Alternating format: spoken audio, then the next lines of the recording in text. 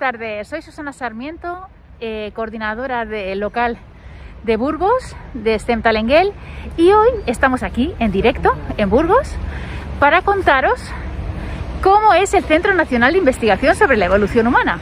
Para eso hemos quedado con Chitina Moreno. Fijaos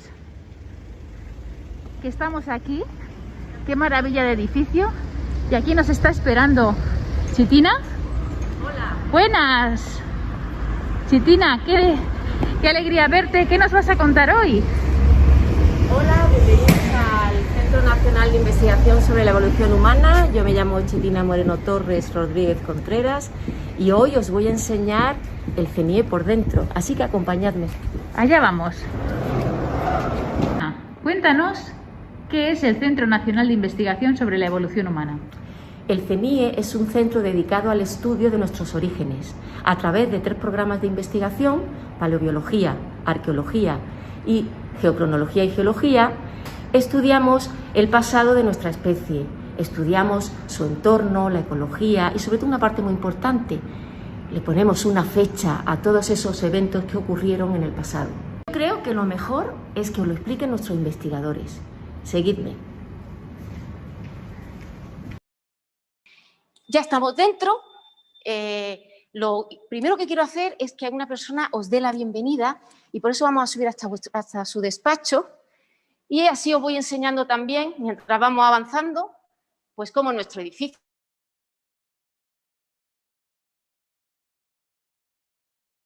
Este edificio nos ha permitido que entrar en la red de infraestructuras científicas y técnicas singulares de Española. ¿Puedes volver a explicar, porque están volviendo a entrar gente, qué es el CNIE?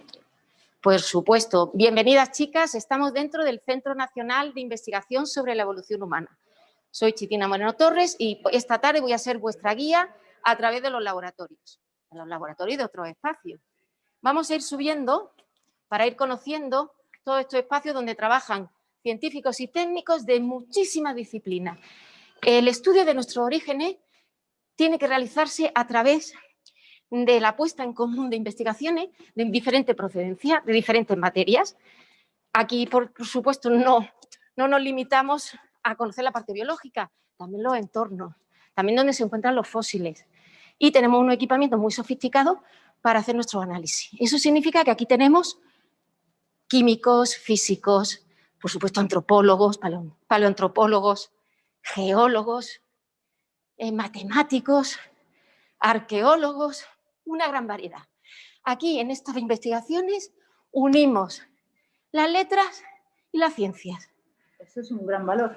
Por eso ofrece unas grandes posibilidades a todos los enamorados de la investigación, del área que sea.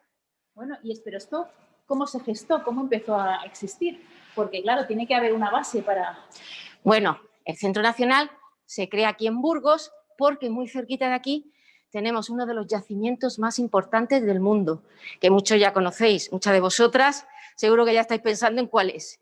Y las que os pilla además de lejos, pues yo lo digo ahora mismo, Atapuerca, los yacimientos de la Sierra de Atapuerca, patrimonio de la humanidad, donde se ha encontrado el europeo más antiguo de todos los países donde se podía encontrar un europeo. Aquí en Burgos se encontró a, puntos suspensivos, que algunos lo sabéis también, Homo antecesor, que yo creo recordar que ronda los 800... Bueno, esto porque no se lo preguntamos a la que vamos a visitar. Claro, claro. Porque creo que algo de eso de algo sabe. Algo sabe. La directora del centro, que es la persona que os voy a presentar ahora, se llama María Martín, antropóloga de los dientes, porque los dientes nos dan mucha información. Pero bueno, conoce todo lo que se puede saber de Atapuerca, porque lleva muchos años trabajando allí. Y además es una enamorada de lo que hace, transmite su pasión. Ya la veréis cuando os dé la bienvenida, cómo enseguida os va a entrar ganas de veniros aquí a trabajar. Vamos a ver si está ocupada. Hola María, te traigo una visita de un montón de amigas que nos están viendo. María, qué placer encontrarnos. Pues nada, un placer para mí, encantada de recibiros aquí en vuestra casa y bienvenidos todos al CNIE, al Centro Nacional de Investigación sobre Evolución Humana, y encantados de que podáis literalmente entrar en vuestra casa y conocer un poquito más de este centro de investigación, donde yo creo que vais a tener una posibilidad diferente y yo creo que también muy estimulante de conocer los entresijos, de visitar algunos de los laboratorios y conocer a algunos de los investigadores que se dedican desde aquí a investigar sobre el origen y la evolución biológica y cultural del ser humano. Nos hace además particular ilusión esta iniciativa. Son ya muchos años en realidad trabajando con el programa de STEM Talent Gale, que es una iniciativa muy importante pues, para promocionar vocaciones y para que, quién sabe, quizá hoy en esta visita alguno de vosotros refuerce su gusto por la evolución humana o incluso alguna vocación puede surgir y quizá en poco tiempo alguna arqueóloga, alguna antropóloga o alguna geóloga de este programa se anime a formar parte de la familia CNIE.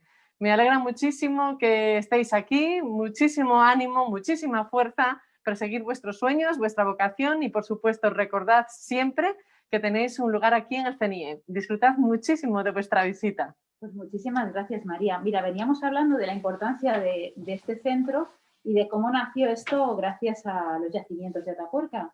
Y claro, Chitina hablaba del Homo antecesor. ¿Tú nos podías decir un poquito la importancia de ese Homo antecesor pues para la evolución humana y para... Me encanta que me preguntes por Homo antecesor porque voy a decir que es mi especie favorita prácticamente, o desde luego una de las especies favoritas de todo el árbol humano. Es una especie muy especial porque es muy difícil colocar en el árbol, ¿no?, de familia a alguien nuevo, y eso es un hito que consiguió un equipo de investigación español, que es el equipo investigador de Atapuerca, colocar en ese mapa, en ese libro de familia, una especie nueva a partir de hallazgos que se hicieron en nuestra tierra, aquí en España, en los yacimientos de Atapuerca.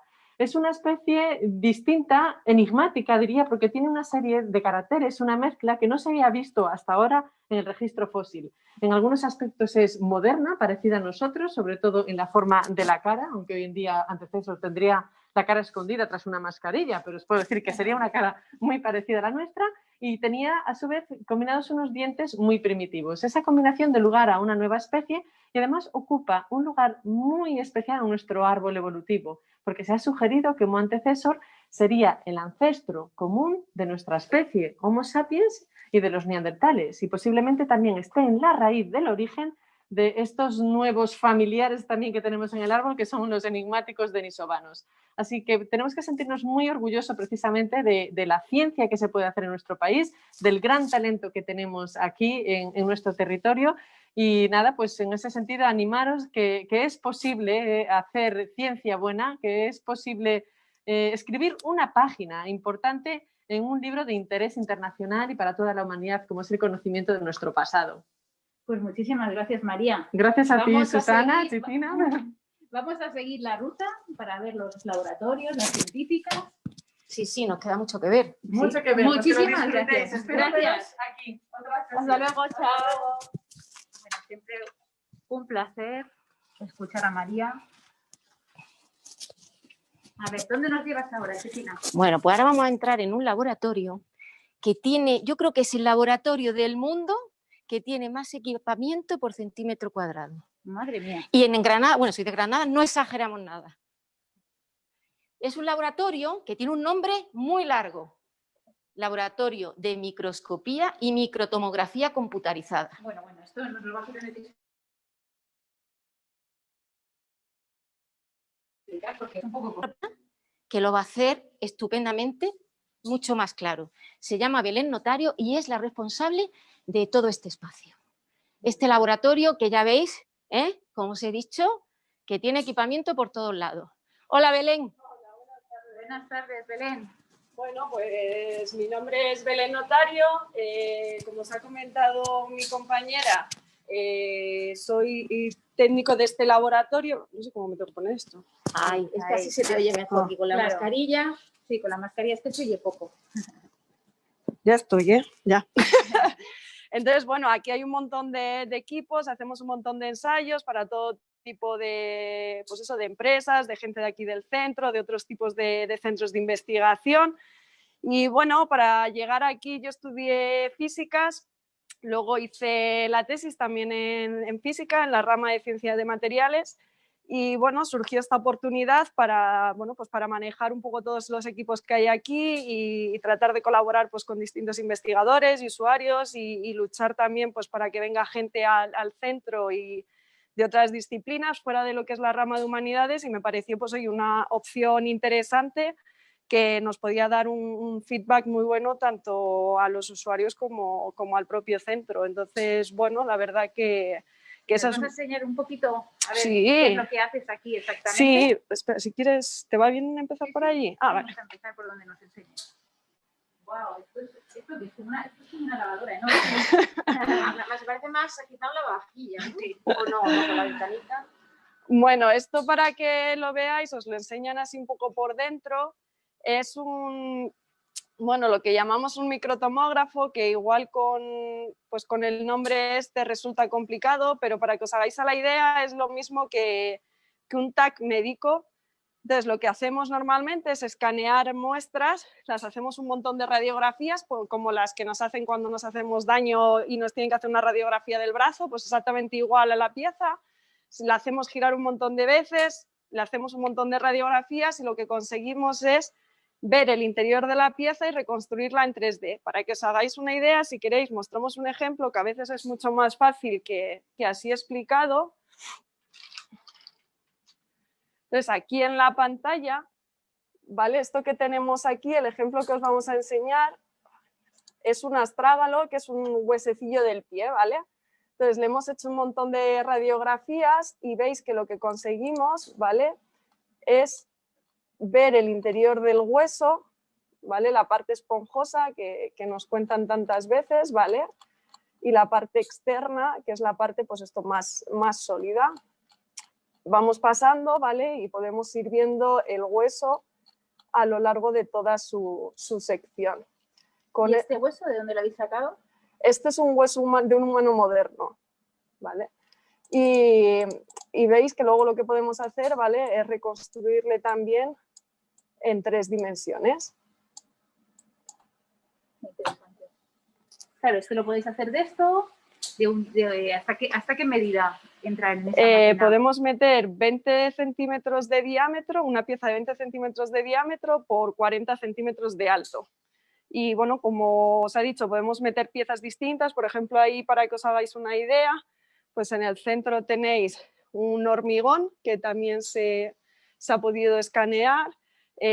Bueno, aunque parece una tontería, ¿no?, pero que hablábamos de las radiografías, pues ahí veis que tenemos una cosa tan común como puede ser una grapadora y las partes que la componen, o algún tipo de hoja vegetal. Entonces, bueno, un montón de cosas que al final todo aquello casi que se os pasa por la cabeza, pues se puede escanear y radiografiar. Y bueno, esa última imagen que os ha mostrado la obtenemos con uno de los microscopios, que si queréis lo vemos en un minutín, y así veis un microscopio que no sea el típico que estáis acostumbrados casi a ver en el instituto. Vale, ¿Qué tipo de microscopio es este? Esto es un microscopio electrónico de barrido, que igual dicho así, pues os quedáis igual que estabais, pero bueno, digamos que cuando nosotros queremos ver algo, lo primero que cogemos es una lupa. Cuando la lupa ya no nos deja ver nada más, nos vamos a un microscopio óptico donde nosotros tenemos nuestros objetivos y vamos cambiando para tener más aumentos y seguimos viendo las cosas.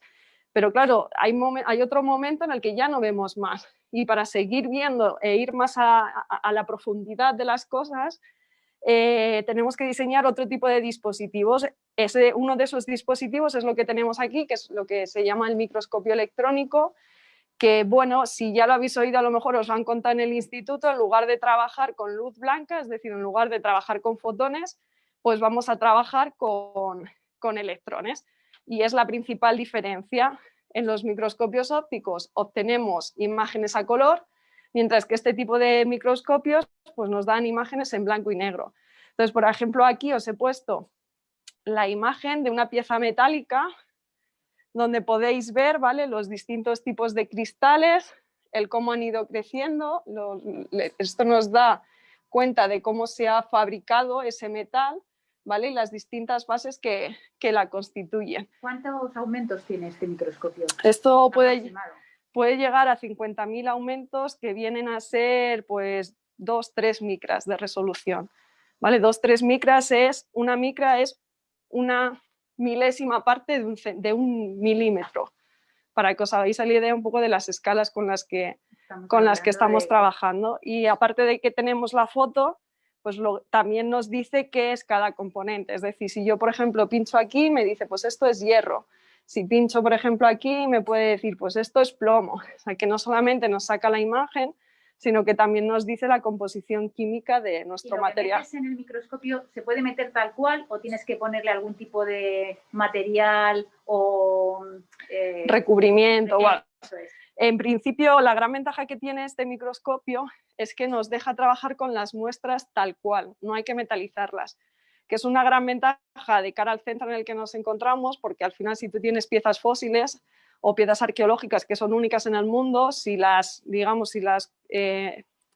metalizas, que es la palabra que utilizamos, que al final es darle una pequeña capa de oro para hacerla conductora, estás estropeando la muestra. Claro. Entonces, en este caso nos permite trabajar de las dos maneras, tanto sin tener que metalizar la muestra como metalizándola. ¿Qué es el problema? Que si no metalizamos conseguimos menos resolución. Es el contra de no metalizar. Fósiles como los de Atapuerca pues no se pueden meter, no se pueden metalizar porque, correcto, porque se estropean, ¿no? Correcto. Mire, si queréis ver ahí una foto que yo creo que es muy ilustradora, al final esto es el cráneo de un macaco y veis que está sin metalizar, está tal cual se ha recibido y tal cual lo metemos dentro de lo que sería el equipo. ¿Y este macaco cuántos años tiene?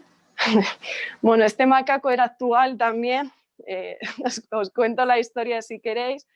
No me acuerdo bien de la historia antigua, pero bueno, básicamente encontraron el cráneo de un niño y tenía un montón de marcas en lo que era la zona del cráneo. Y lo que pensaban era que había sido un ave rapaz el que, digamos, había desgarrado la parte del cráneo. Entonces, para verificar que la teoría que tenían era correcta, lo que hicieron fue coger un macaco actual, de hecho del parque de Cabárceno, en Cantabria. El macaco murió y entonces pusieron a las aves que tienen rapaces, que tienen ahí en el propio, Cabárceno, para que cogieran al mono y vieran a ver si efectivamente las zarpas del mono dejaban ese tipo de marcas en lo que era el hueso del cráneo. Entonces el que trajeron aquí, digamos que era el que usaron para testar que si su teoría era buena o no era buena. ¿Y era muy buena al final o no? No. No, pero bueno, oye, también o sea, no todo tiene por qué funcionar. El error también es un aprendizaje, que es algo que también es positivo en este mundo. Claro, claro. Y bueno, no sé, así un poquito así a rango general, pues es lo que tenemos por aquí. Otro sería de microscopios ópticos, pero que yo creo que estáis más que familiarizados a verlo. O sea, tu base, tú eres física. Uh-huh. Para manejar esto, ¿te sirve con lo que has estudiado en física o tienes que estudiar algo posteriormente para poder manejar estas máquinas? Yo hice la tesis doctoral y realmente para poder manejar todo esto con la carrera no es suficiente. O sea, hacer la tesis ayuda muy mucho a poder estar en este tipo de equipos. Sacar materiales y todo eso. Claro, porque es verdad que con la carrera podemos ser capaces de utilizarlos, porque en el fondo al final cuando aprendemos a usar un equipo, pues cualquiera podemos utilizarlo, pero sí que es verdad que quizás esa formación un poco añadida de hacer la tesis doctoral te da el input de tener más formación de cara a poder aconsejar a los usuarios, de que si te traen distintos tipos de muestras, pues sepas cómo aplicar la técnica a los distintos campos de aplicación. Entonces yo creo que se complementan. Cuando acabas la carrera, ¿lo vas a poder utilizar? Sí, o sea, al final con formación todos aprendemos a utilizarlo. Que hacer la tesis te da pues, más conocimientos para poder profundizar un poco más en qué consiste todo esto, pues también. Pues estupendo, Belén, muchas gracias. Nada, muchas gracias a vosotras. Belén. Bueno, ahora vamos a seguir nuestra ruta después de esta interesante explicación de Belén, porque en el centro... Bueno, a lo mejor tiene alguien preguntas. Bueno, sí, igual hay alguna pregunta que queráis hacer. Bueno, de momento... Muchísimas gracias. Gracias a vosotras. Y vamos a seguir Bueno, vamos a pasar por aquí, que no sé si esta zona la habéis visto. Aquí tenemos su más microscopios. Aquí nos deja más micro-CT. ¿Y ahora dónde vamos? Pues ahora vamos a uno de los espacios más bonitos que hay en el CNIE. Es el área de conservación y restauración. Es un sitio súper importante porque casi todo el material que se estudia en el centro son fósiles, vienen de los yacimientos. Pero claro, vienen como vienen. Tened en cuenta que han estado enterrados tropecientos mil años. Claro, no solamente hay Atapuerca, también tenéis yacimientos africanos, sí, que son más antiguos. Ahí están los yacimientos africanos, tanto del norte de África como del este. Luego también algunos otros yacimientos aquí mismo en España y también algunos europeos. O sea, nos llega material de todo sitio, incluso nos llega material de Australia. Pero sí que es verdad que la mayor parte del material está aquí al lado, el de Atapuerca, porque aparte de que es riquísimo, pues parte del equipo de Atapuerca trabaja aquí también. Como hemos visto a María, por ejemplo. Como por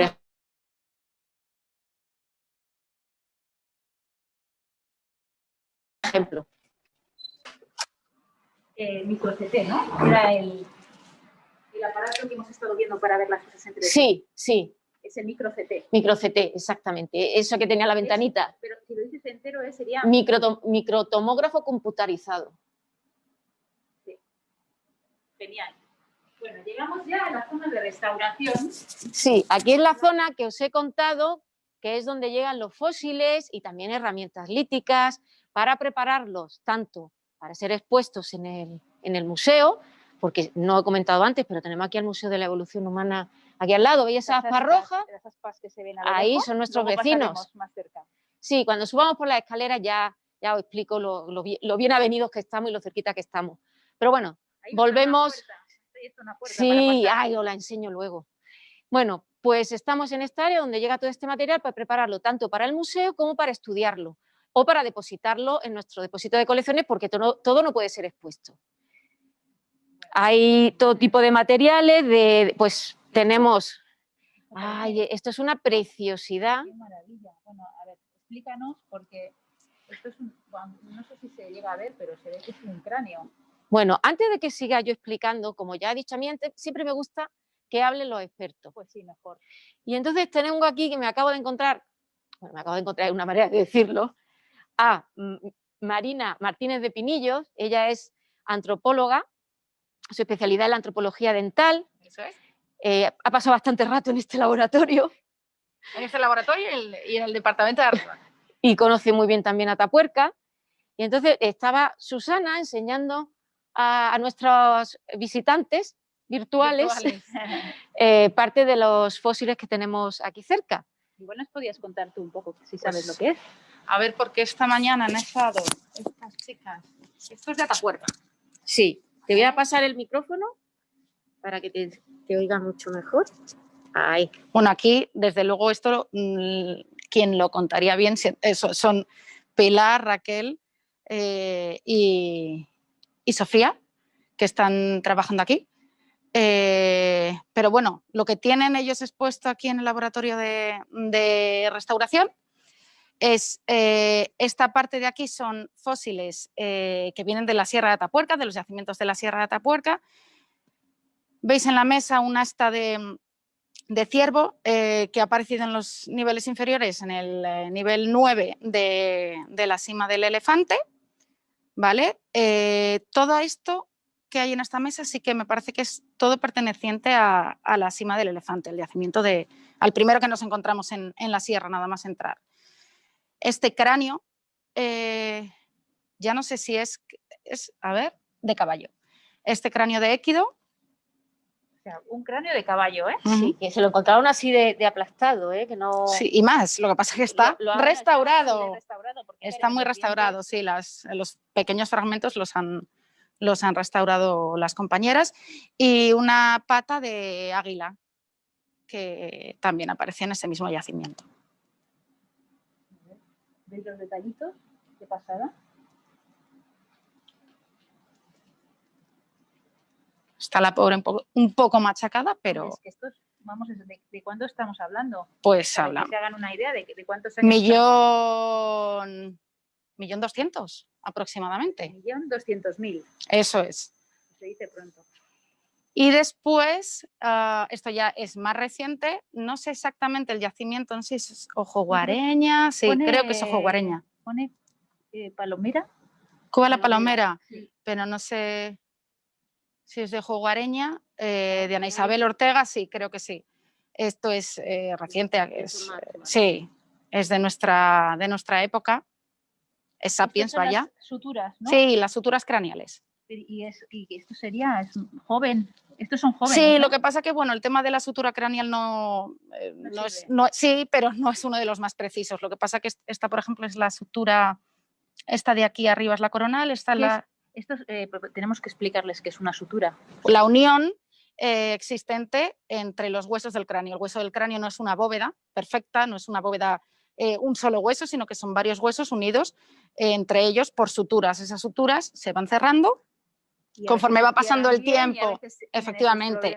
Y Benjamina, la niña que aparecía en la cima de los huesos, tuvo una patología que se conoce como craniosinostosis, que es la unión prematura. Una patología sería una enfermedad que es la unión prematura de los huesos del cráneo, la fusión que se le fusionó dentro del vientre materno y bueno, pues eso produjo deformidad craneal, retraso psicomotor y demás, porque en la actualidad existe esta enfermedad, pero lógicamente pues en cuanto se detecta se opera. En aquel momento no, hablábamos de hace medio millón de años, pero ya existía esa patología.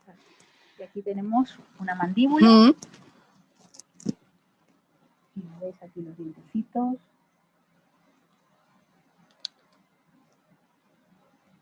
Sí. No, esto es Sapiens. Sí, sí, sí. Esto es Sapiens. Un enterramiento Ojo Guareña, que estamos hablando de medio millón, ¿no? No, Ojo Guareña es actual. ¿Actual? Bueno, actual, me refiero a Holoceno. Holoceno. Yo creo que esto de aquí es Holoceno. ¿Holoceno de cuánto estamos hablando? Bueno, el Holoceno son... el Holoceno aparece neolítico. Sí. Neolítico puede ser. 10.000 años, pero esto es bueno, dice sí, que es moderno. Es moderno para estar relativamente. Bueno, sí. Pero esto hablamos, no sé si son 3.000... No lo sé exactamente la cronología de este enterramiento. Bueno, sí, es un enterramiento. Pero es actual, a diferencia de la mesa que tengo aquí a mi izquierda, que hablábamos de casi... Esta mesa y esta ha pasado 1 millón de años. Sí, sí, y mucho más, pero sí. Y las traviesas del tren, que son las que están más allá. Sí que ya es modernísimo. Sí, sí. Piezas, este es el futuro, comparado con aquello. Marina, estas piezas que bueno, pues estamos hablando de 1.300.000, ¿por qué se han mantenido? O sea, ¿por qué se han mantenido bien? Bueno, son muchas las condiciones que se dan para que estos fósiles, para que la Sierra de Atapuerca hoy en día haya sido nombrada Patrimonio de la Humanidad, pues entre otras cosas por la joya que conservan dentro de los estratos. Tienen las características para que se... Precisas, para que la humedad y temperatura adecuada, entonces durante todo el paso de estos años los restos han quedado encerrados en un estuche de arcilla que han permitido su conservación hasta nuestros días. Entonces, esa es una de las claves. Bueno, y ya que veo esto de aquí encima, ¿por qué no nos explicas cómo se descubrió Atapuerca? Porque estos restos que vemos en esta mesa tienen un poco... Sí, algo que ver. Algo que ver. Vamos a ver. Algo que ver con el descubrimiento. Estas maderas son las traviesas del ferrocarril que pasó por la Sierra de Atapuerca a comienzos del siglo pasado. ¿Qué son unas traviesas? Las vías, ¿vale? Las vías... Cuando vamos al tren... Las vías del ferrocarril por donde van los trenes, bueno, pues actualmente son de hierro, ¿vale?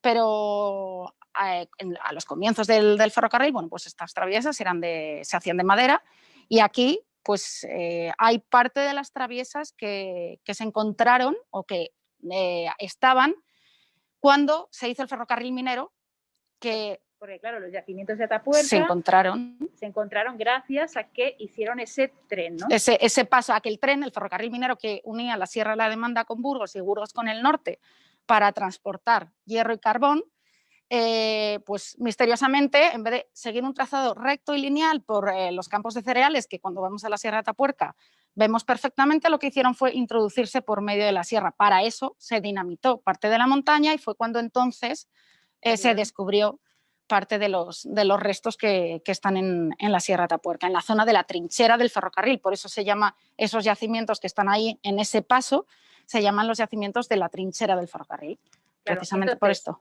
Y entonces, si tuvieras que resumir por qué realmente es importante Atapuerca. Bueno, Atapuerca es la clave de la humanidad porque resume y alberga en un espacio de kilómetros a la redonda muy reducido. Podemos hablar de no sé cuántos kilómetros tiene la Sierra de Atapuerca, más. Bueno, igual 12. 12 kilómetros, sí, puede ser, pero bueno, en apenas 12 kilómetros cuadrados que tiene la Sierra de Atapuerca, estamos hablando de la historia de la evolución humana desde hace 2 millones, bueno, casi 2 millones de años hasta la actualidad.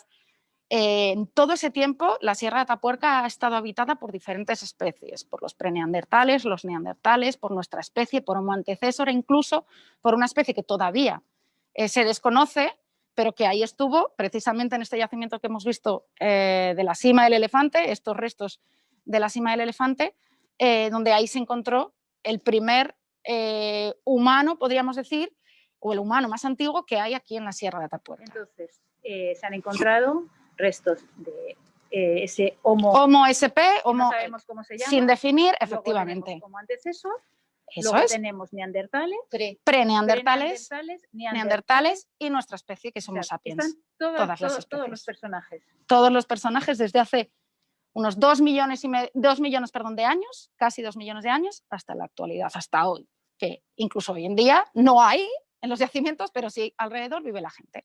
Entonces, realmente durante todo el año se trabaja con lo que se saca. Efectivamente. Durante mes y medio que hay de excavación. Sí.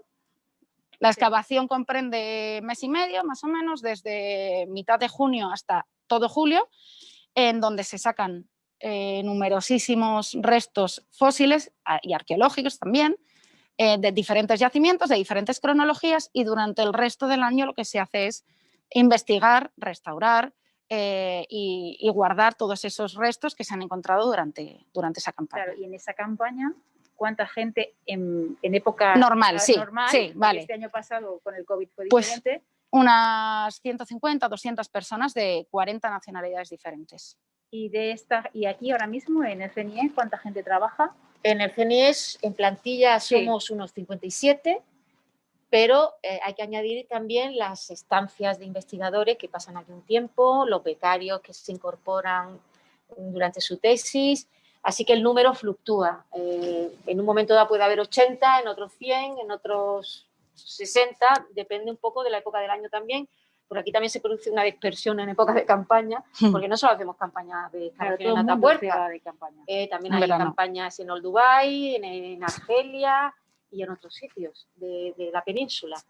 Así que hay mucho movimiento aquí en el CNIE. Y bueno, y ahora con el tema de las mascarillas, pues hacemos bastante teletrabajo también dentro de lo posible. Yo quería decir una cosa que a mí me gusta parte del trabajo que realiza Marina. Porque es parte como tuyo y tuyo. Sí, también. Bueno, ella es especialista en dientes. Y los dientes, como ella os dirá, son los que más cosas nos cuentan sobre nosotros mismos. Y sobre como el árbol, ¿no? Sí, la caja fuerte del código genético. Sí, la caja fuerte o la caja negra, como fuera la caja negra de un avión. Cuenta todos los secretos. Y por eso nosotros iniciamos una campaña que yo creo que te la cuentes tú mejor, porque somos las madres de la campaña. Sí.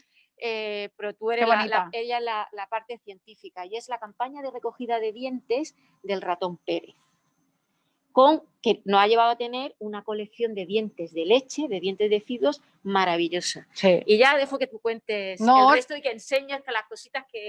Las maravillas que hemos conseguido. Eso, gracias a las donaciones de verdad que sí. Un montón de niños, de niñas y de no tan niños. O sea, que es un proyecto, la verdad, un proyecto maravilloso. O sea, vamos a ver. O sea, estáis trabajando para el ratoncito Pérez. Claro. O sea, sois las ayudantes del ratoncito Pérez. Sí, colega, yo diría colega. A mí lo de ayudante no me suena tan bien. Sí. Y entonces te cogéis dientes de leche. Eso es, desde que se le caen a los niños. En el año 2014, una loca y yo pues empezamos a dar vueltas a la materia gris que tenemos aquí dentro y dijimos, bueno, dientes. Me dijo, ¿te interesan dientes? Digo, claro, ¿cómo no me van a interesar si estudio dientes? ¿Por qué no hacemos? Entonces, ese año se nos ocurrió hacer en la Noche Europea de los Investigadores la primera campaña de recogida de dientes de leche de los niños de Burgos, en principio, que serían los que vinieran aquí a darlos, a donarlos. Se nos fue de las manos. Sí, fue un Ese exitazo. año, en 3 horas, que dura la Noche de los Investigadores, que duró ese taller, más de 500 dientes, recogidos. Fue increíble. Fue, la verdad que... Sí, porque Lo además no es solo recogerlo. No, claro.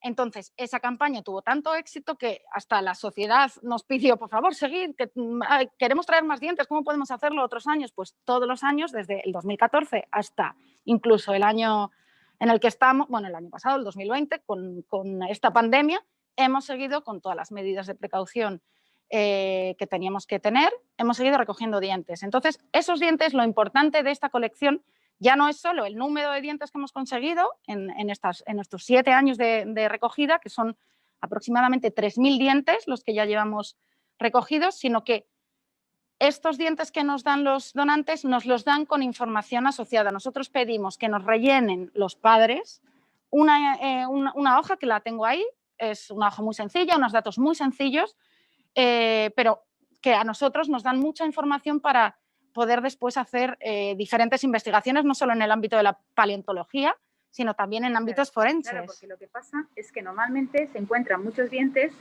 en yacimientos, pero dientes de leche no se suelen encontrar. Lo importante, hay más colecciones de referencia de dientes, hay bastantes. Explica qué es una colección de referencia. Una colección de referencia es una colección que te sirve para investigar y que mucha gente la puede utilizar con fines de investigación. Entonces, no es una colección privada, sino que es una colección que está abierta a la comunidad científica. Entonces, que cualquiera puede venir aquí si necesita decir, sí. Bueno, he encontrado unos dientes en un yacimiento.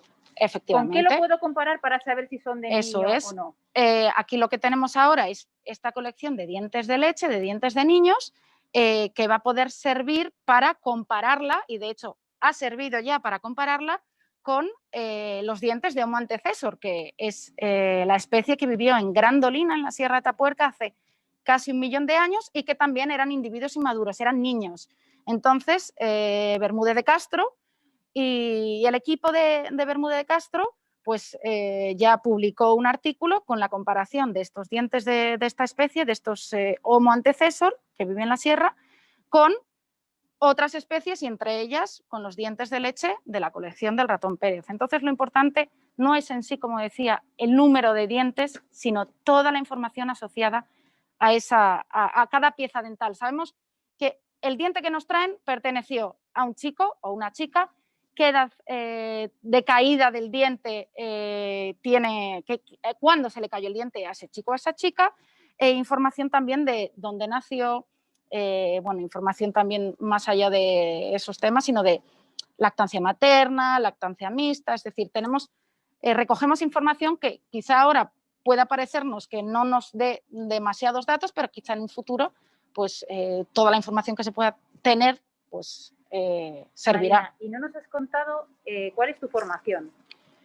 Pues yo me licencié en Humanidades, aquí en la Universidad de Burgos, por Patrimonio Histórico, hice después la tesina, ahora es el TFM, la tesina de investigación con José Miguel Carretero, sobre técnicas forenses de identificación de víctimas de un cementerio, iba a decir, una de las fosas comunes de Costaján, que aparecieron unas fosas comunes de la Guerra Civil en Aranda.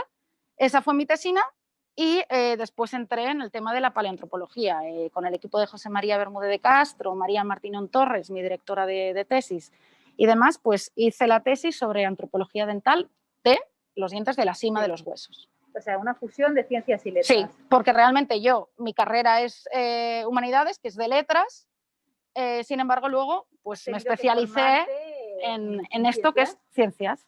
En matemáticas también, para hacer estadística. Sí, estadística es necesaria, aunque sea básica, pero siempre hay que hacer estadística en el ámbito de la ciencia, y luego al final, pues bueno, lo que uno se propone. ¿Algún consejo para las chicas?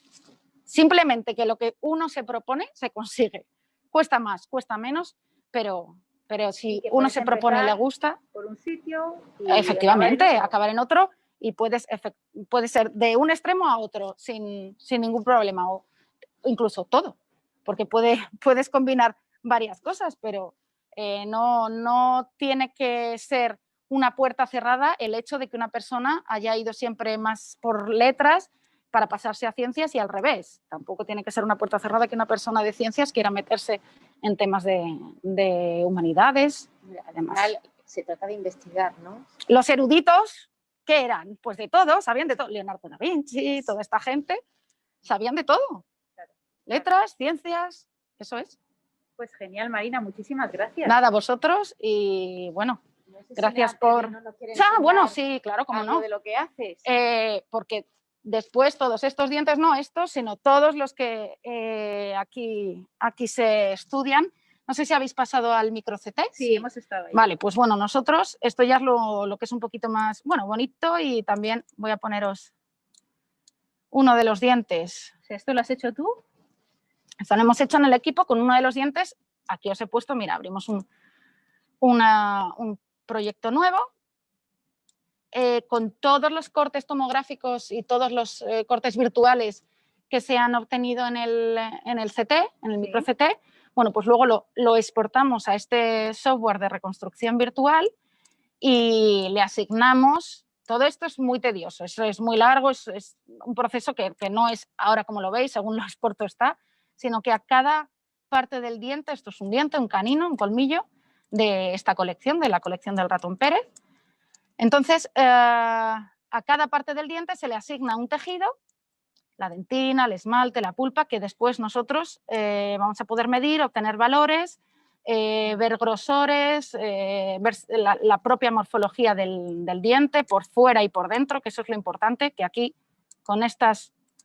Esto es por dentro. Esto es por dentro, esto es la dentina, lo que no vemos, ¿vale? Esto sería, nosotros claro, le hemos dado estos colores que no son reales, pero esto rojo es lo que nosotros cuando sonreímos se nos ve. Qué guay. ¿Vale? Pues mira, Este tenemos es el una esmalte. chica que dice que quiere ser arqueóloga, Ainara. Muy No sé bien. si quieres saludarla porque le está haciendo mucha Pues ilusión. claro que sí, cómo no, saludar a Ainara y a todas las compañeras de este proyecto maravilloso y que, bueno, que siempre son bienvenidas en el mundo de la ciencia. Qué bien, qué bien. Pues muchísimas gracias, Nada, Marina. a ti Creo que vamos a por seguir. este proyecto. Vamos a seguir en la ruta. Vamos a Perfecto. conocer a más compañeras.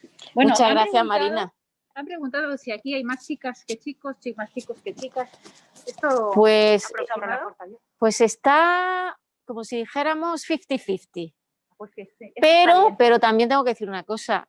Los puestos de coordinadores casi todos son hombres. Bueno, casi todos no. Los 3 coordinadores son hombres de los programas. Pero la directora, Sí, la directora sí que es mujer y luego la mayor parte de los científicos son hombres, quizá, sí. sí, bueno, Pero la mayor parte de los técnicos son ¿qué mujeres. son los coordinadores?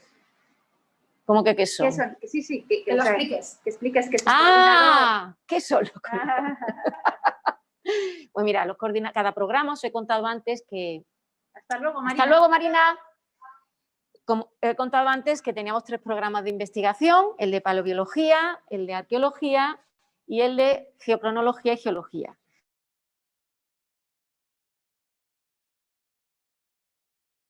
Y cada programa tiene un coordinador encargado de dirigir a su equipo, al equipo que forma parte de ese programa, decidir cómo va a ir la línea de investigación. Es el director, el jefazo de ese programa. Ah. Y claro, normalmente en la ciencia está ocurriendo que casi todos los puestos de dirección se encuentran hombres. Es lo que se llama el techo de cristal. Cuando empieza la carrera investigadora hay más o menos la misma cantidad de hombres y mujeres, incluso más mujeres en muchos casos, haciendo tesis.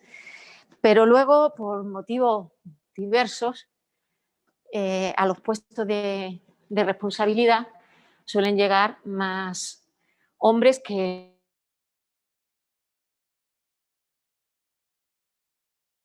mujeres. No debía ser tan descarado, por lo menos, y que hubiera cierta paridad. Vamos a subir ahora a la tercera planta. En la tercera planta nos vamos a encontrar con uno de los laboratorios, con un conjunto de laboratorios muy importantes que pertenecen a uno de los programas que he mencionado. el de geocronología. Pero aquí vamos a hacer un descansito. Susana, Para ver. porque eso de hablar y de subir la escalera a la vez, agotador. Y así aprovecho para que veáis lo cerquita que estamos del Museo de la Evolución Humana. Este es un edificio que se construyó en el 2009 y que por el arquitecto construyó este edificio, sino que creó una caja muy grande de luz en el que está tanto este centro de investigación como el Museo de la Evolución Humana y un auditorio y palacio de congreso. Y lo bueno de tener al museo al lado es que hay muchísima relación entre el área de conservación y restauración y lo que es, y todos los fósiles expuestos. Bueno, ahora está cerrado, pero la evolución humana podéis hacerlo virtualmente en este momento. Bueno, pues todos esos fósiles originales que podéis ver de Atapuerca pasaron por esta sala donde hemos estado con Marina. Allí fueron restaurados y puestos a punto para ser exhibidos. ¿No nos han escuchado? ¿Ah, no? No, porque se ha cortado un momento. Al subir la escalera sí se pierde un poquito la... Bueno, que tenéis que visitar el Museo de la Evolución Humana para ver esos fósiles originales. Ahora de manera virtual, pero en cuanto abran, no os lo perdáis porque son originales. Y son una belleza. Son una muy importante en este centro. Bueno, todos lo somos. Pero es importante en el sentido que pertenece a uno de los programas más singulares, que es el de geocronología. Y unos laboratorios también muy importantes. ¿Y por qué hablamos de esa importancia que tienen estos laboratorios? Primero, porque, como antes hemos estado hablando de fechas, sin una fecha que le demos a un resto arqueológico, a un resto fósil, no sabemos por dónde empezar. Tenemos que situarlo en el tiempo. Eso es fundamental. Y para eso hay varios métodos de datación. Métodos que nosotros aquí tenemos un montón de ellos y eso es una cosa difícil de tener, que haya muchos métodos de datación en un mismo edificio, porque requieren unos equipamientos muy especiales y además un personal también muy especializado. Y uno de esos miembros del personal es nuestra amiga Davinia Moreno. Hola, Davinia. Hola, Davinia, buenas tardes. Buenas. Bueno, ya sabéis, ya conocéis a Davinia, que además es mentora de Stemptalenguel. A ver, Davinia, sí, vamos a pasarle el micro. Hola, encantada de estar aquí esta tarde con vosotras. Como decía Susana, soy Davinia Moreno, soy mentora del proyecto, así que algunas de vosotras quizá ya me conozcáis. Y bueno, estaba escuchando un poquito así a Chitina, os estaba explicando pues, la singularidad del CENIE con los métodos de datación. Y bueno, yo os voy a hablar un poquito de eso ahora rápidamente. Bueno, yo soy de formación... ¿Qué es la datación? Sí. Bueno, pues que deja que se presente. Sí, no. Sí, perdón. Bueno, yo soy de formación geóloga, estudié en la Universidad de Zaragoza y como me gustaba mucho la arqueología, hice un máster en arqueología y prehistoria en Tarragona, que a su vez me llevó a París, donde allí descubrí el mundo de la datación, que ahora os voy a explicar qué es, y una técnica muy concreta en la que yo me especialicé durante mi doctorado, que es la resonancia paramagnética electrónica. Tiene un nombre muy raro, pero para que nos entendamos le vamos a llamar ESR, que es más corto. Y es por las siglas que tiene en inglés, simplemente. Entonces, bueno, durante el tiempo que yo estuve en París, me especialicé en esta técnica, que es una técnica muy particular que, bueno, quizás si queréis podemos ir al laboratorio y así os lo explico mejor. Porque este es tu despacho. Sí, exacto. Sí, este es el despacho en el que yo, pues, los datos que conseguimos en el laboratorio y en el campo, pues los analizamos para conseguir esa fecha final. Pero antes de yo llegar a este despacho para poder trabajar, tengo que hacer un trabajo previo, tanto de campo como de laboratorio. Entonces, si os parece, vamos a ir al laboratorio, así os lo enseño y os explico mejor qué es esta técnica de la que os estoy hablando. Bueno, las técnicas de datación es lo que llamamos geocronología. La geocronología es una disciplina que está dentro de la geología que incluye muchos métodos de datación. Aquí en el CENIE, como os decía Chitina, tenemos la gran suerte de tener varios de estos métodos. No es muy común tener en un mismo centro de investigación 5 métodos diferentes como tenemos en el CENIE.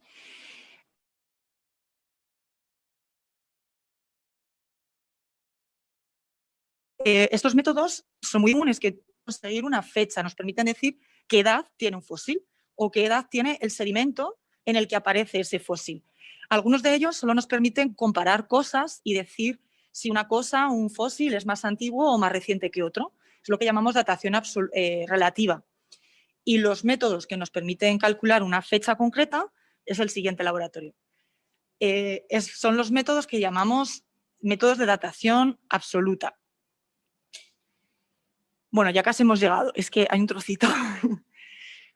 Bueno, este es el laboratorio de datación por resonancia paramagnética electrónica. ¿Tienes la llave? Sí. Es que Chus ha cerrado, perdón, es que está el laboratorio cerrado. Nada, esto para eso están las llaves. Sí, sí, porque porque hemos hemos Genial. avisado que íbamos a venir, pero la costumbre.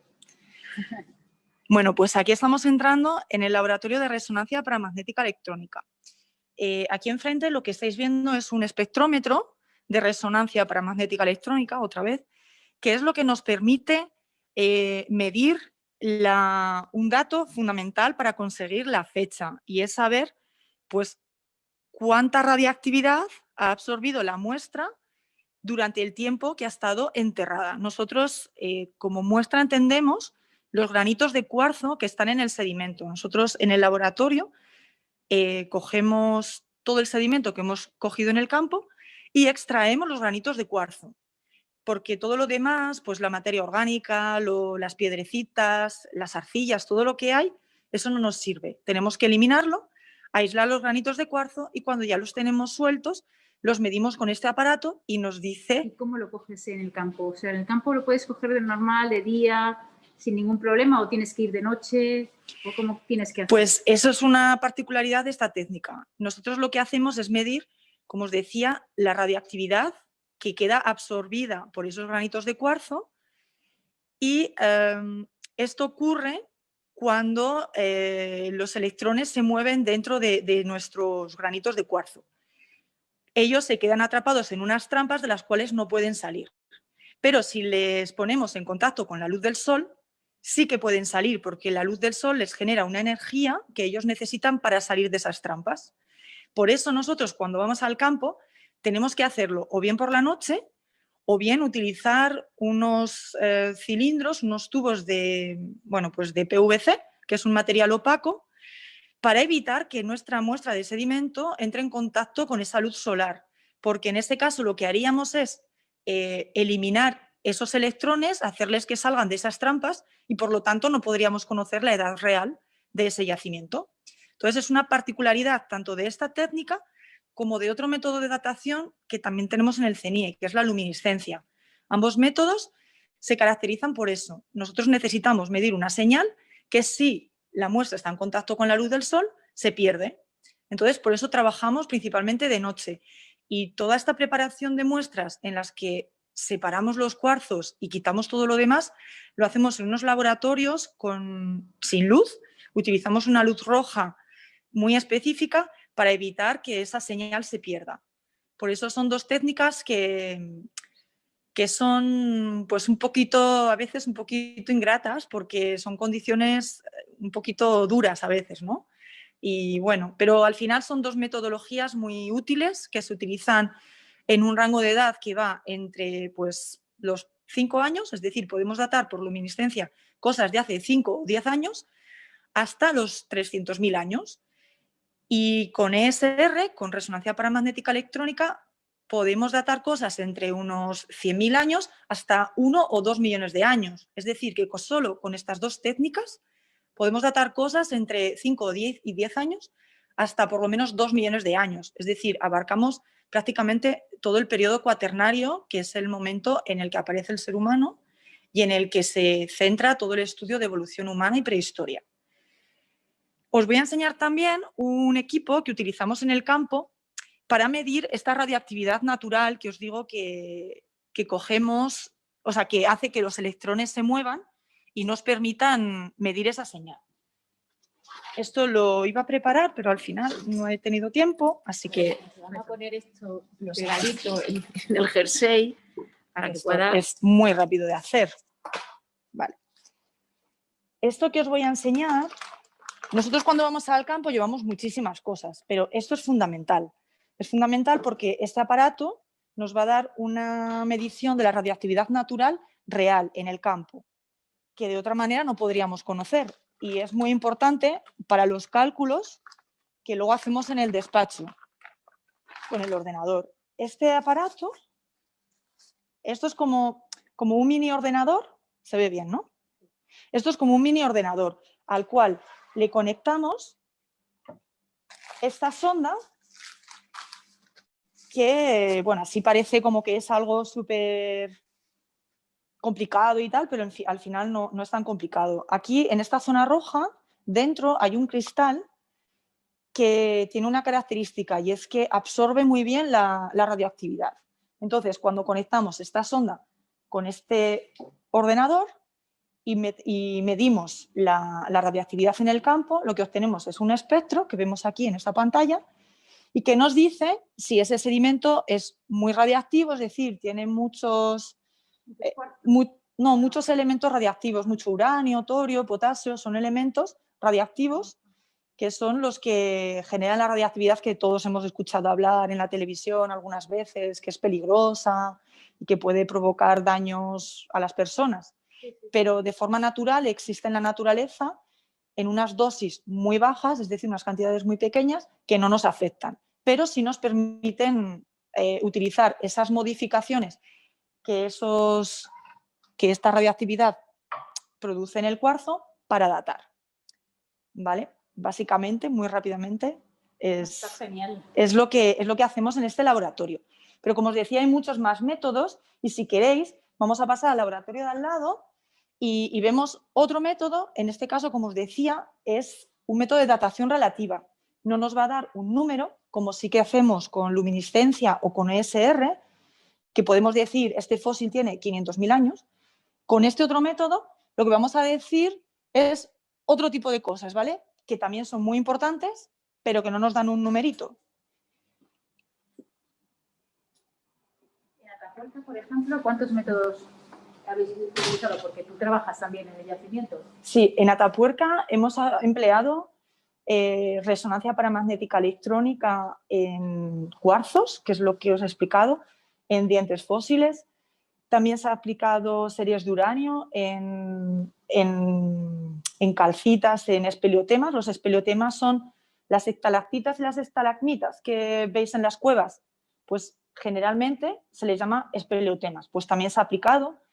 También se ha aplicado la luminiscencia, diferentes variaciones de la luminiscencia, el paleomagnetismo, que es lo que vamos a ver ahora, y carbono 14, no estoy segura, a lo mejor en algún yacimiento más reciente. Carbono 14, que es el que normalmente conocíamos más, es para cosas más modernas, ¿no? Claro, para cosas muy recientes, como máximo 50.000 años. Entonces, Atapuerca, como los yacimientos son tan antiguos, es un método pues, que no tiene mucha utilidad. Por eso, en estos yacimientos se han aplicado técnicas más novedosas, digamos, que no se aplican todo el tiempo, pero es por la singularidad de los yacimientos también. Entonces, bueno, está Claudia, que es la técnico de laboratorio especializada en paleomagnetismo, así que os dejo con ella porque seguro que ella os explica mejor el paleomagnetismo. Hola, Claudia. ¿Qué tal? Buenas tardes. ¿Qué tal? Muy bien. A ver si nos puedes explicar un poquito este laboratorio y primero presentarte tú, quién eres. Bueno, pues como os ha dicho Davinia, mi nombre es Claudia Álvarez y soy la técnico de laboratorio de arqueomagnetismo. Os puedo contar, bueno, os voy a contar un poquito qué es lo que hacemos en este laboratorio. Ah, bueno, sí. Yo soy geóloga, ¿vale? De formación, tengo la licenciatura en geología y hice la tesis doctoral también precisamente aquí, en este laboratorio, o sea que lo tengo bastante conocido. ¿Y qué hacemos aquí fundamentalmente? Bueno, lo que hace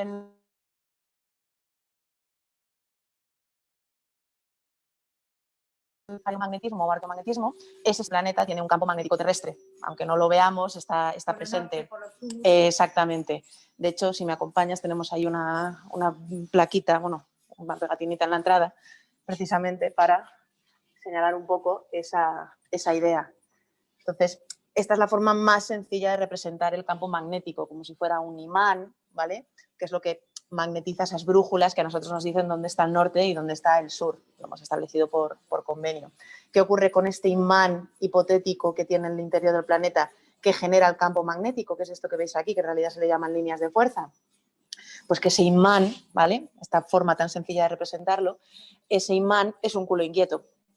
A lo largo de la vida del planeta no ha estado siempre en la misma posición. Sus polos han ido girando 180 grados a veces, o a veces, oye, unas pequeñas variaciones, lo que se conoce como excursiones, que parece que va a girar del toro, pero que no, me vuelvo a la posición que estaba. Pues todos esos cambios, todas esas variaciones, esas inversiones geológicas, que se llaman así cuando es completo, quedan registrados. ¿Eso nos afecta a nosotros, a los humanos? A nosotros directamente no debería afectarnos en el sentido que nosotros somos muy poco ferromagnéticos, pero el hecho de que cambie la orientación del campo sí que afecta a la intensidad del campo. Entonces, en el momento en el que haya una inversión magnética, habrá algunas zonas en las que ese campo que nos protege de rayos solares, polvo cósmico, rayos gamma, beta, etcétera, ¿vale? Habrá algunas zonas cuando esté girando, cuando esté cambiando ese campo magnético, que digamos que ese escudo será menor, esa intensidad del campo magnético será menor, nos protegerá menos, entonces sí que nos podríamos ver afectados por las consecuencias del campo, pero no nos vemos afectados por el campo magnético, o sea, por las consecuencias de que cambie, pero a nosotros físicamente no, porque aunque tenemos hierro, que es el mineral básico con el que trabajamos nosotros, que es el que se ve afectado por el campo magnético, es el que reacciona, son ferromagnéticos, tenemos muy poquito como para que nos afecte el campo magnético a nivel biológico. Entonces, como os decía, esos cambios quedan registrados en los minerales y es lo que hacemos nosotros aquí en este laboratorio. Esto que se dice del ozono y tal, ¿afecta algo? ¿La capa de ozono? Sí. ¿Algo? A ver, hay estudios en los que sí se ha visto que está demostrado, o sea, borrad demostrado, me he dicho demostrado, está relacionado, ¿vale? Cierta influencia del campo en el ozono o viceversa. Pero decir ahora mismo a ciencia cierta que uno condiciona al otro no está seguro al 100%, se está estudiando, se ve que en algunos puntos sí que hay cierta correlación, pero claro, que haya una correlación puede ser que se haya dado en ese momento algo que afectaba a las dos cosas y por eso han cambiado, se han alterado a la vez, pero no podemos decir a ciencia cierta que esté, o sea, fehacientemente demostrado que uno condiciona al otro. ¿Y ahora mismo el norte está en el norte o ya está cambiando? No, ahora mismo nuestro norte es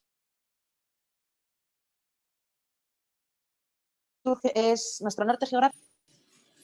Y puede cambiar esto en cualquier momento. Hay variaciones, se está viendo que está oscilando.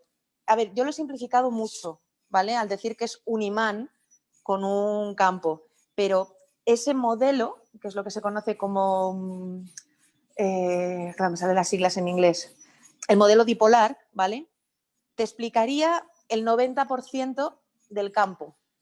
Hay un 10% restante que este modelo no lo cubre. ¿Por qué? Porque en realidad, digamos, que es como si hubiera un imán muy grande, pero es que luego tienes otros montones de imanes pequeñitos a lo largo del planeta, que todo ese conjunto de pequeños imanes, ¿vale? Todo esto resumiendo y ejemplificando que sean imanes lo que genera ese campo magnético, ¿vale? Entonces tienes diferentes zonas en las que tienes diferentes pequeños imanes que también afectan a ese imán en conjunto. Es decir, o sea, la forma sencilla sería visualizarlo como uno solo, pero en realidad no, porque en realidad lo que hay es una fuerza convectiva en el interior del planeta, que es el núcleo del planeta, que tiene una parte externa sólida y una parte interna líquida, ¿vale? Perdón, lo he dicho al revés. Una parte interna sólida y una parte externa líquida, ¿vale? Esto sería un poco como cuando mordemos un Ferrero Rocher, que me viene... No me pagan por hacer publicidad, pero me viene muy bien, porque tú muerdes el bombón, por fuera está el chocolate y por dentro está la avellana. Pues el núcleo del planeta sería algo así. Tenemos un núcleo externo líquido, ¿vale? Y un núcleo interno sólido. ¿Qué ocurre? Que el núcleo externo líquido, eso es magma, eso es lava, ¿vale? Que está a unas temperaturas enormes, se está moviendo todo el rato, es lo que se llaman corrientes convectivas. ¿Qué ocurre? Que una corriente convectiva genera electricidad y toda corriente eléctrica genera un campo magnético perpendicular, que a su vez genera otro campo magnético, otro campo eléctrico, que a su vez genera otro campo magnético, ¿vale? Funciona como una dinamo. ¿Qué ocurre? Que esa dinamo tiene unas intensidades mayores en según qué puntos. Entonces, la forma sencilla es decir, oye, es un imán, pero en realidad no es un imán. son como múltiples imanes que condicionan. Entonces, hay oscilaciones, hay variaciones, hay cambios. Puede ser que a lo mejor estamos viendo que ese campo magnético está moviéndose hacia un lado, oye, puede ser variación secular, porque es que aparte luego de girar así, también va moviéndose así. Entonces, puede ir variando, tiene una excursión, pero no, ahora vuelvo y me voy a un sitio. Entonces, ¿Y qué puede cambiar eso? ¿Un terremoto o qué? no, lo que lo puede cambiar es el propio núcleo interno, movimiento del planeta. Inconveniente, a ver quién es el listillo que se mete ahí abajo a verlo. Todo esto, a ver, ni siquiera ahora mismo está aceptadísimo que el núcleo sea así del planeta.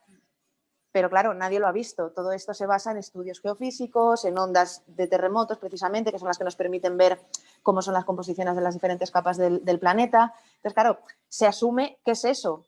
Y ahora mismo es lo que, oye, a casi al 100% estamos seguros de que es lo que genera el campo. Pero claro, no todos son verdades absolutas. Claro. Y menos en ciencia, que va avanzando progresivamente y lo que ayer no se sabía, se sabe pasado mañana, porque mañana se descubre una forma de medir eso que hace 2 días no sabíamos ni que existía. Entonces, yo os cuento lo que sabemos hasta ahora. Pues muchísimas gracias. Vale, Está muy bien así todo muy... lo que nos has contado. Pues espero, no sé, A ver. ¿queréis echar un vistacito Sí, un poco al...? sí. ¿Esto que hace ruido aquí? Esto que hace ruido, pues concretamente esto que hace ruido es el magnetómetro. Esto que ves aquí es, bueno, esto es una estructura de Mu-Metal, que es un metal que protege, o sea, es neutro y impide que ahora mismo el campo magnético que tenemos a nuestro alrededor, porque ahora mismo hay campo magnético, afecte a las muestras que estamos analizando. El magnetómetro en sí, podríamos decir que es esto, que son 3 squids, son magnetómetros muy, muy, muy sensibles. Entonces, lo que estáis oyendo, ese ruidito, este no, el pi, pi, pi, pi, no, uno que, no, bueno, ahora me se acaba de parar la bandeja, cague en la mar. Pero no sé si veis que hay una bandejita ahí al fondo, pues ahí tenemos muestras que lo que hacen es meterlas hacia el magnetómetro y las sitúan justo en el punto medio de este cabezal que veis aquí. Esto es el magnetómetro en sí, entonces nosotros ponemos la muestra, más o menos sería aquí en medio, ¿vale? Y lo que hacemos es medir esas muestras que nosotros cogemos en campo. Podemos medir la intensidad magnética remanente que tienen, que es lo que se conoce como la NRM, que lo que nos está diciendo es ese magnetismo que les queda de haberse vistos afectados por el campo magnético del planeta. En realidad lo que hacemos es ver cómo están orientadas esas partículas de hierro que han reaccionado a ese campo. Nosotros cogemos pequeños bloquecitos, bueno, vamos al campo, cogemos muestras, ¿vale? Y la idea es obtener muestras, por ejemplo, pues, de estas que veis aquí, de este estilo. Trabajamos con elementos cilíndricos, como estas que veis aquí, ¿vale? O con también elementos cúbicos. Entonces, todo esto son muestras recogidas en campo de diferentes yacimientos y lo que hacemos es meter estas muestras, ya sean las cilíndricas o las cúbicas, en el magnetómetro, uno de los equipos, porque tenemos varios en el laboratorio, pero este es el principal, y lo que intentamos averiguar en realidad es cómo están esas partículas ferromagnéticas que contienen estas muestras, esos minerales ferromagnéticos, cómo se han orientado, porque reflejan el campo magnético que había en el momento cuando estas muestras se formaron, cuando esos sedimentos se formaron, esas montañas. En el tiempo ha habido unos cambios. Exactamente. Tienen unos nombres. Sí, mira, estos los tenemos, nos vamos a ir fuera también, porque las tenemos fuera, ¿vale? Sí, tenemos que darnos un poco de Sí, prisa, y yo ya 10 minutillos nos quedan. yo ya acabo, pero esos cambios a los que te míralo. referías, Susana, tienes esto que está aquí. Por convenio, ¿vale? Se habla de inversiones magnéticas, lo que os decía antes, en una dirección o en otra. Cuando la dirección actual del campo, cuando la dirección que nosotros estudiamos en esos sedimentos coincide con la actual, es decir, están orientadas en la misma dirección, se llama polaridad normal y por convenio se le da un color negro, estos que veis aquí. Si por el contrario está en dirección contraria a la que hay hoy en día, se le llama polaridad inversa y se le da un color blanco. Esto que veis aquí son los cambios que ha habido de polaridad, esos giros que ha hecho el campo magnético del planeta, pues desde el momento actual, el Holoceno, donde estamos ahora, hasta hace aproximadamente 2,5 millones de años. Esto es el cuaternario, con lo que trabajamos aquí en el CENIE, evolución humana. ¿Qué ventajas tiene esta metodología? Que es muy rápida. muy sencillita y muy fácil. Nosotros podemos tener muchas muestras, a lo mejor podemos trabajar sobre 200, 300 bloquecitos como esos que veis aquí. ¿Y eso cuando está fuera, esos cajoncitos no se dañan de ninguna manera cuando están fuera? Sí y no. Los que veis ahí, los que os he enseñado, ya estaban todos medidos, ¿vale? Ya están procesados, ya están analizados. Cuando vamos a medir algo nuevo, tenemos dos formas de evitar que se vean afectados por el campo magnético. Esa bobina que veis ahí, la que está, todas esas cajas que están ahí a la derecha, no sé si se ve el dedo, sí. Esa zona de allí, ¿vale? Sí. Esa bobina que está ahí, sí. Eso genera, pues lo que os decía, todo campo magnético genera un campo eléctrico. Eso son bobinas, es lo que se llama bobina de Helmut, que tú le puedes dar una corriente eléctrica, ¿vale? Y como son 3 bobinas en los 3 ejes, están puestos de tal manera que el punto central sea lo más neutro posible, porque puedes poner direcciones contrarias. Entonces, matemáticamente se anula y eso es un campo neutro.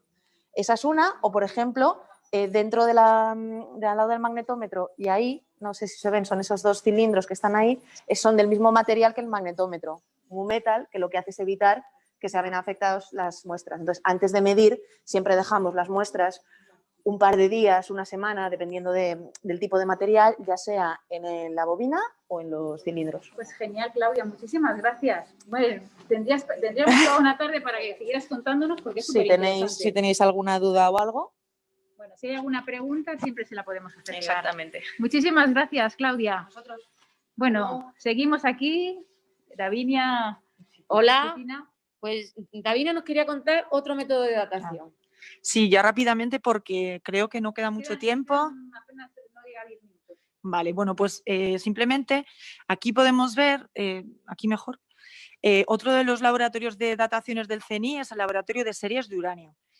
Este aparato que veis aquí al fondo no podemos entrar porque es una sala que tiene que estar muy limpia, extremadamente limpia, porque las medidas que hacemos en ese aparato se hacen con cantidades ínfimas de material. Entonces, cualquier pequeña motita de polvo, cualquier cosita minúscula, pero lo más pequeñísimo que os podéis llegar a imaginar que caiga en la muestra, la contamina y ya no sirve. Entonces, por eso tenemos esta antesala antes de entrar al laboratorio. No sé si... Para poneros la ropa limpia. Sí, tenemos batas que nunca salen de esta zona. Si veis aquí abajo hay zapatos que jamás salen de aquí. Tenemos que ponernos guantes, calzas en los zapatos para no ensuciar el suelo. Es decir, tenemos que tener una extrema limpieza para poder trabajar ahí dentro. ¿Por qué? Porque nosotros lo que hacemos ahí dentro es analizar la cantidad de uranio y de torio que encontramos en las muestras. ¿Y qué muestras usamos? Pues aquí tenemos un ejemplo de lo que os decía antes, los espeleotemas. Los espeleotemas engloban a 2 cosas distintas, las estalactitas y las estalagmitas, que habréis escuchado hablar de ellas porque son formaciones carbonatadas que se generan en las cuevas. Aquí Susana os está haciendo un detalle de esta espeleotema que está partido por la mitad y podéis ver las líneas de crecimiento de esta estalactita o estalagmita. No podemos saber qué es porque no sabemos cómo estaba orientada realmente en la cueva. Sabéis que las estalactitas y las estalagmitas se diferencian entre que unas crecen del suelo hacia arriba y las otras crecen del techo hacia abajo. Como esto está descontextualizado, no sabemos cómo estaba originalmente, no podemos saber qué es.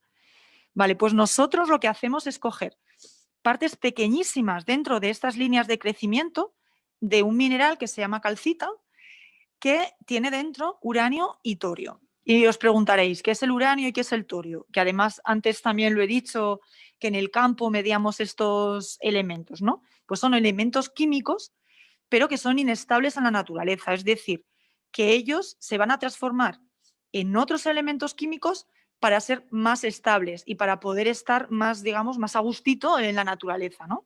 Entonces, ¿qué ocurre? El uranio es uno de estos elementos inestables, es un isótopo y se transforma de forma natural en torio, que es otro elemento inestable. Pues midiendo la cantidad que tenemos de uno y de otro, como sabemos cuánto tiempo pasa entre que uno se transforma en el otro, esto ya es un poco lío, no sé si me estoy explicando bien, podemos saber cuántos años han pasado desde que se formó este material, ¿vale? Es un poco el mismo principio que el carbono 14. El carbono 14 no lo tenemos en este centro porque, como decíamos, trabajamos en yacimientos muy antiguos y pues no tiene mucha utilidad porque solo podemos datar cosas hasta 50.000 años, pero es el mismo principio. En el carbono 14 lo que hacemos es medir la cantidad de carbono y su elemento hijo, ¿vale? Y en función de las cantidades que hay de uno y otro, podemos calcular la edad. Son dos técnicas que forman parte del mismo grupo. Y bueno, pues yo con esto creo que ya os dejo... Sí. Entonces, ¿cuántos métodos de datación tenemos aquí? Pues mira, en el CNIE tenemos luminiscencia, resonancia paramagnética electrónica, paleomagnetismo, series de uranio y núclidos cosmogénicos, que no se ha hablado de ellos porque ya no nos da tiempo. Pero otro día, si queréis, podemos hablar de ellos. O sea, tenemos 5 métodos de datación, con los cuales podemos datar hasta unos 5 o 6 millones de años, porque los núcleos cosmogénicos permiten datar mucho más antiguo todavía que la resonancia paramagnética electrónica. Es decir, que utilizando uno o varios métodos podemos datar todo el cuaternario e incluso un poquito más. El cuaternario son 2,6 millones de años, para que lo sepáis. Pues muchísimas gracias, Davinia. De nada, a vosotras y os dejo. Bueno, yo creo que... Muchas gracias, Davinia. Yo creo que antes de irnos, os voy a enseñar una sala que os va a encantar. Aunque solo sea para entrar un momentito. Sí, sí, hombre, tenemos que entrar porque es donde guardamos nuestra colección osteológica de anatomía comparada. ¿Qué eso significa? ¿Y qué es una colección osteológica de anatomía comparada? Pues ahora lo vamos a ver, porque yo creo que una imagen en este caso vale más que 1000 palabras. Vamos a ver. A ver si no se nos... ¿Qué sorpresa os aguarda? Pues un sorpresón. A mí es la sala que más me gusta. Pues me siento muy acompañada en esa sala. No sé si ya estáis empezando a ver algo. Pues aquí entramos en una sala donde tenemos una colección de huesos de animales del Pleistoceno europeo. Son animales, muchos de ellos ya extintos, porque ya no están en Europa, y otros pues que sigue habiendo en la actualidad. ¿Esto qué es? Bueno, a ver, ¿qué puede ser con un cuerno así, Susana? Bueno, un rinoceronte. ¡Ay, muy bien! Pero antiguo. Pues un poco antiguo sí que es, porque este tipo de rinoceronte ya no se encuentra en Europa. El color tan peculiar no es que tuviera en el hueso de ese color, sino que en el terreno donde se encontró debía ser volcánico de algún tipo de material que tintó el hueso. Este hipopótamo, evidentemente, también es un fósil, es un resto fósil. Tenemos todo en nuestros cajones, tenemos guardado el resto del hipopótamo.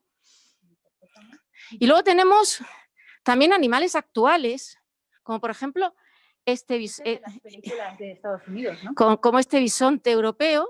Este es el europeo. ¿Y por qué sabemos? Y aquí tenemos un buey almizclero. Bueno, ¿y cómo saben? Por ejemplo, yo os puedo decir que este es una réplica, porque es otra cosa que no he dicho. En esta colección tenemos cerca de 600 ejemplares. La mitad, más o menos, son originales y la otra son réplicas. ¿Cómo distinguimos por aquí cuál es original y cuál es una réplica? A ver, enfoca este. Esto es una réplica. Ahí, y ahora enfoca este. Y ahora, por ejemplo, enfoca este, que es un buey común. Bueno, pues sí, no sé si alguna se habrá ya dado cuenta. Hay una manera de verlo, que pueden ser los dientes, pero hay una muchísimo más fácil, y es mirarles la nariz. Si veis, esta nariz es gruesa, no se ve a través de ella, está como muy formadita, muy perfecta, pero si nos vamos al buey común, vemos que es mucho más frágil, que se puede ver a través de ella. Se ve ahí como agujeritos. Claro. Y luego, bueno, aparte de todos estos tan vistosos, mira, por aquí tenemos a leones, a osos, bueno, un familión, por eso digo que cuando vengo aquí estoy muy acompañada, pero luego tenemos las cosas más pequeñitas. Pues estos son reales. Sí, estos son originales. Los que se ven los agujeritos son reales. Y los que no se ven. Bueno, sí, original, real es todo, que aquí no hay nada de dibujo. Y aquí tenemos guardado de todo. ¿Por qué tenemos esta sala? Bueno, pues se llama de anatomía comparada porque los estudiosos, los investigadores, pueden venir aquí con su original. Con el original, con trozo, porque claro, Normalmente en un yacimiento no nos encontramos estos huesos tan bien forestados, estos cráneos, todo tan completito. Muchas veces son trozos nada más. Y es interesante, es importante poder hacer esa comparativa pues, para ver si es un lince, si es un lobo, qué parte del cuerpo es. Y así tenemos esqueletos completos que se pueden comparar con los fósiles encontrados. Y vienen aquí, por eso tenemos estas mesas tan grandes. Para que puedan claro, y porque a veces como comprobáis, algunos de los cráneos son enormes y algunas osamentas pues son también muy grandes, otras no tanto. Esta, por ejemplo, esto es un... Eso es un lince. Es original, ¿no? Espérate que le vea la nariz. Yo es que si no le veo la nariz al debe ser original porque el lince sigue habiendo en Europa. Los animales que todavía existen en Europa son todos originales. Los que tenemos fósiles son aquellos que ya se han extinguido. Entonces recurrimos a museos y a otros establecimientos donde los podemos comprar. Bueno, Chitina, yo creo que hemos hecho una ruta brutal. Sí, nos falta alguna parte, pero es que ya no nos da más tiempo. Otro día. Otro día. Yo quiero de todas maneras que penséis, hasta que deje a Susana en la puerta, a mí me gustaría que pensarais en alguna pregunta que queráis hacer. Algo que se os ocurra, que yo pueda contestar. Incluso por aquí tenemos todavía a Davinia, que también estará encantada en contestar a cualquier inquietud, curiosidad. No penséis que hay preguntas tontas, solo hay respuestas tontas.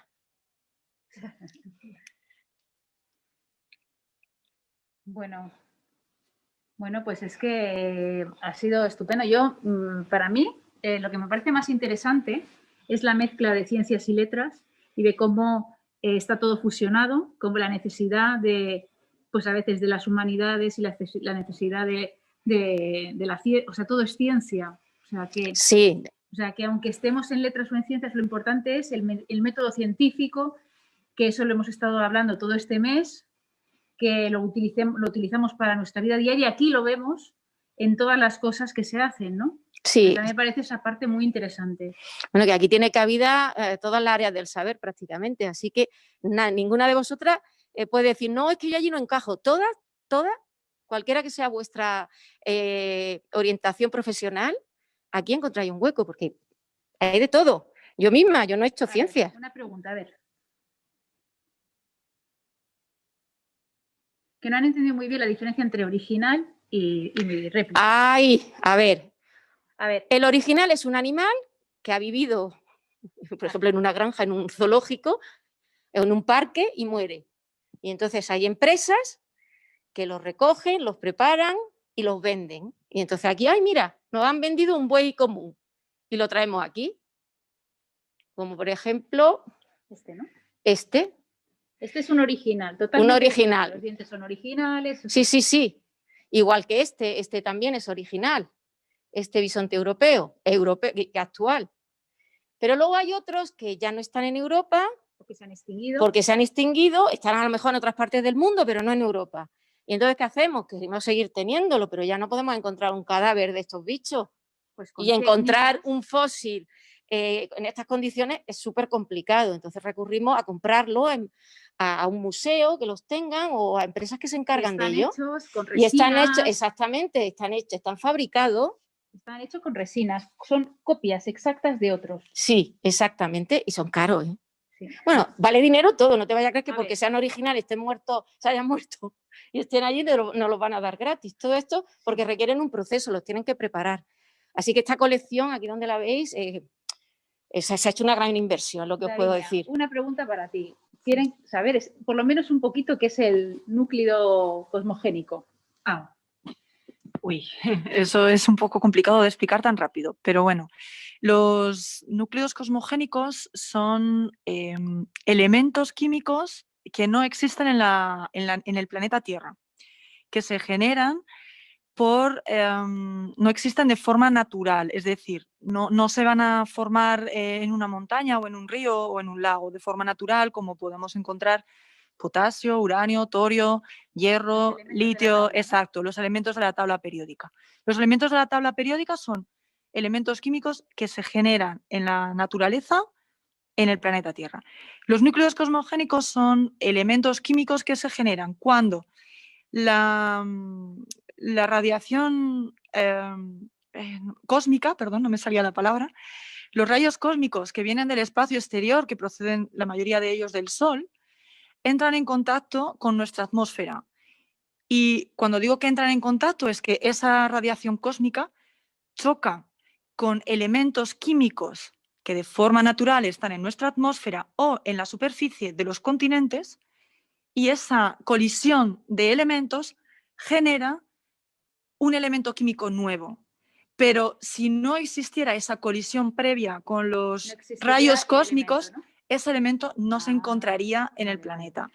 Entonces, cuando nosotros lo que hacemos es que podemos medir la cantidad de esos elementos, digamos, extraterrestres, entre comillas, ¿no? Y eso nos permite saber también la edad del sedimento o de la roca que queremos datar.